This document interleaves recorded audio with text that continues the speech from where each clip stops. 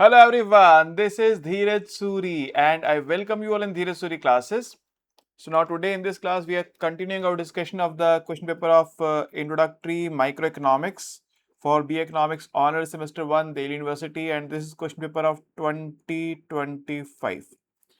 First question हम कर चुके हैं, सेकंड क्वेश्चन से स्टार्ट करेंगे. देखिए क्वेश्चन नंबर 2 क्या कह रहा है आपको. क्वेश्चन 2 थोड़ा जूम कर लेते हैं इसको. कह रहा है 2 के 3 पार्ट्स हैं, एबीसी. ए पार्ट की बात करते हैं. An early monsoon in India destroyed the production of oranges. Explain what happens to consumer surplus in the market for oranges. Explain what happens to consumer surplus in the market for orange juice. Explain your answer with diagram. School level पे जो exam होते हैं ना 11th 12th के, जहाँ पे micro बचपन में बच्चे पढ़ते हैं, वहाँ ये क्वेश्चन आता है. क्या इंट्रोडक्टरी माइक्रो सब्जेक्ट भी ऐसा जो बहुत बेसिक है. तो बहुत बेसिक क्वेश्चन है कि अगर इंडिया में अर्ली मॉनसून ने ऑरेंजेस के प्रोडक्शन को डिस्ट्रॉय कर दिया तो क्या होगा. तो कंज्यूमर सरप्लस पे क्या असर पड़ेगा ऑरेंजेस की मार्केट में पहले तो, और ऑरेंज जूस की मार्केट में. सोचिए जरा, अगर प्रोडक्शन कम हो गया है तो क्या होगा. ऑरेंजेस सप्लाई कम हो जाएगी, सप्लाई कम होगी तो सप्लाई कर्व लेफ्ट में शिफ्ट करेगी, और जब सप्लाई कर्व लेफ्ट में शिफ्ट करेगी तो क्या होगा, प्राइस बढ़ेगा, कंज्यूमर सरप्लस कम होगा. पहले मैं डायग्राम बनाता हूँ फिर लिखवाऊंगा इस चीज को. ठीक है, डायग्राम मैं पहले मत बनाइएगा, पहले मैं आपको समझा रहा हूँ, फिर लिखवाना स्टार्ट करूंगा, वहां से लिखेंगे. अभी पहले डायग्राम बनाते हैं समझने के लिए कि हो क्या रहा है. ये हम बना रहे हैं यहाँ पे मार्केट फॉर ऑरेंजेस. लिख देता हूं मैं पहले ऊपर, मार्केट फॉर ऑरेंजेस. देखिए क्या होगा. On the vertical axis we are representing price of oranges, and in the horizontal axis we are representing quantity of oranges. Suppose this is the demand curve DD, and इसको यहाँ से start कर दो चलिए. And suppose this is the supply curve SS. Initial equilibrium is at point E1, price is P1, quantity is Q1, and this A E1 P1 is the consumer surplus. अब क्या हुआ, अगर ऑरेंजेस का production कम हो गया, कुछ production destroy हो गया, प्रोडक्शन कम हो गया, सप्लाई कम होगी.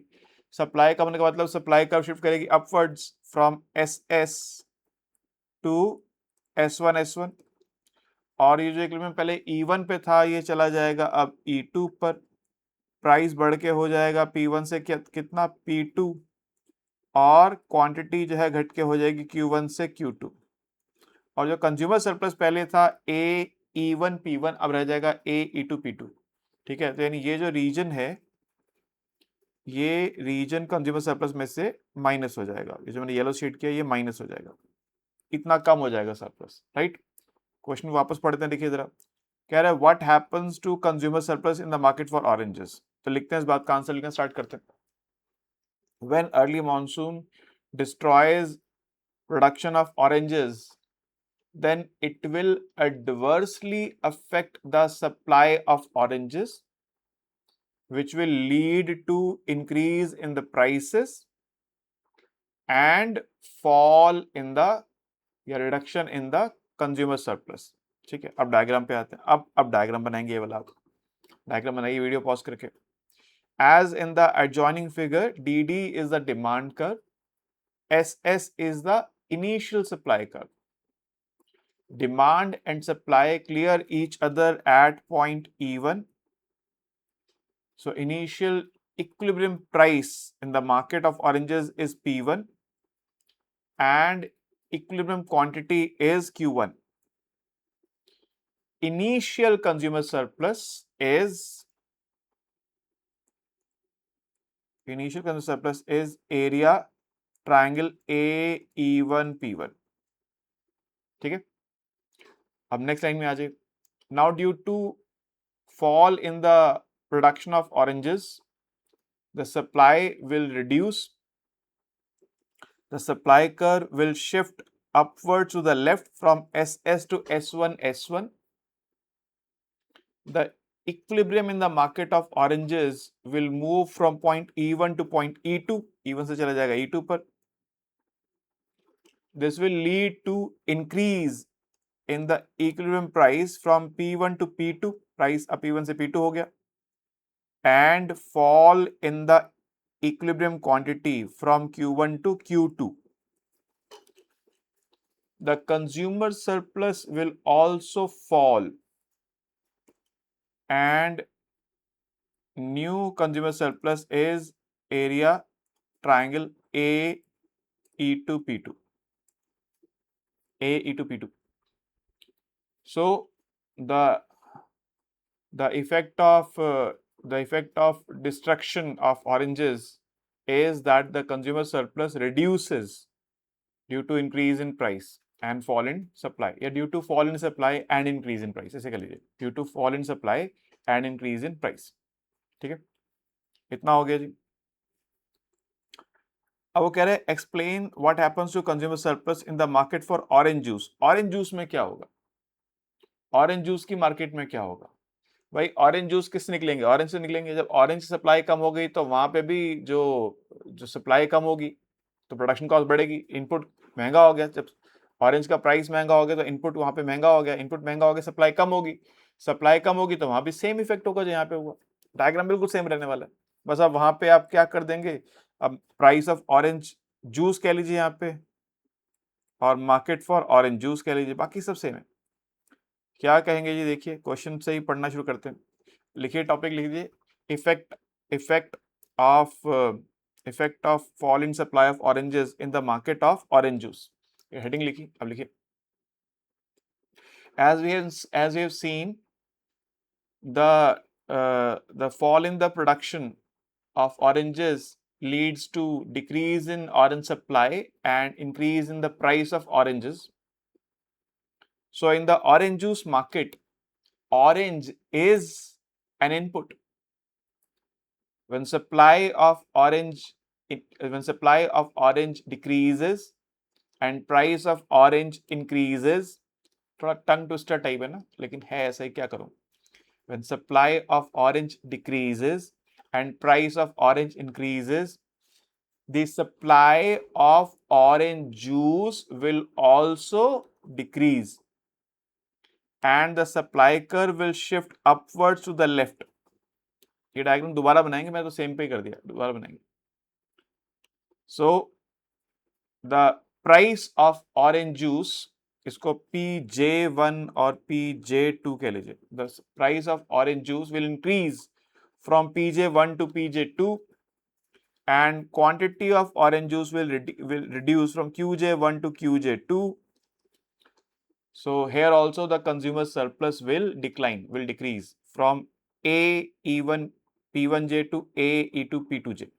AE1 P1 जो पहले था कंज्यूमर सरप्लस कितना पहले था जी, AE1 P1J ये पहले था, अब कितना हो गया, अब रह गया AE2 P2J, अब इतना रह गया.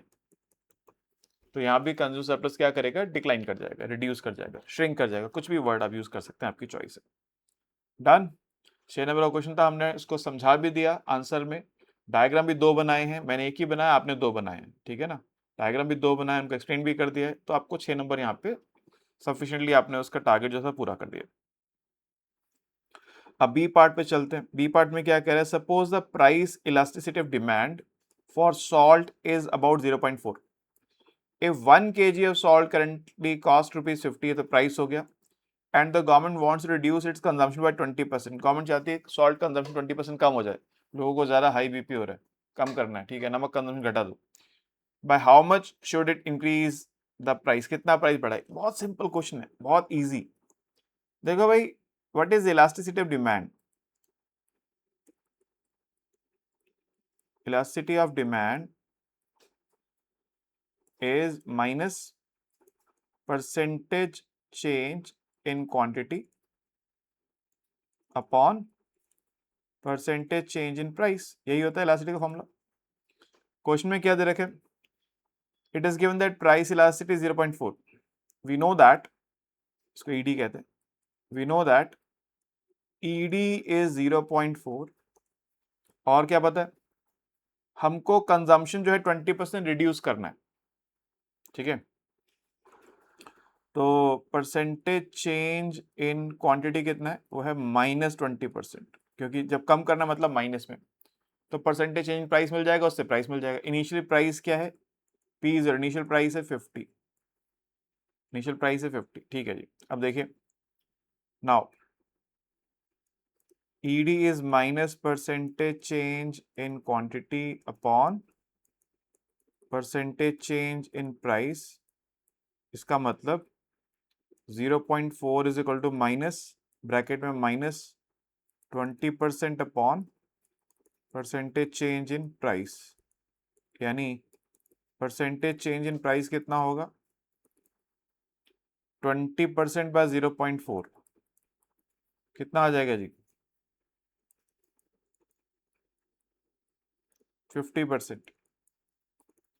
20 बाय 0.4 50 होता है, 200 बाय 4 हो गया 50, यानी प्राइस 50% बढ़ाना है। So government should increase price by 50%। Answer हो गया इसका। कुछ और भी पूछ रहा है क्या, by how much should increase the price, यही पूछा, कितना बढ़ा दो, 50% बढ़ा दो, 50% 50 का।